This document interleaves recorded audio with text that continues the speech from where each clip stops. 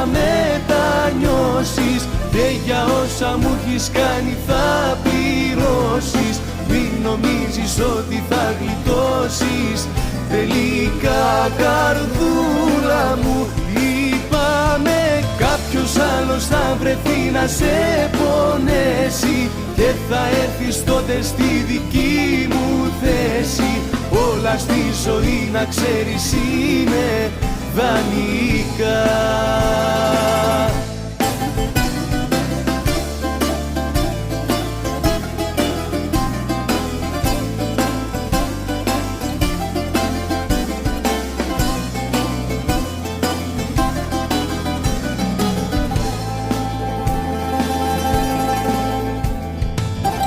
Έφυγες κι εγώ τα πάντα έχω χάσει.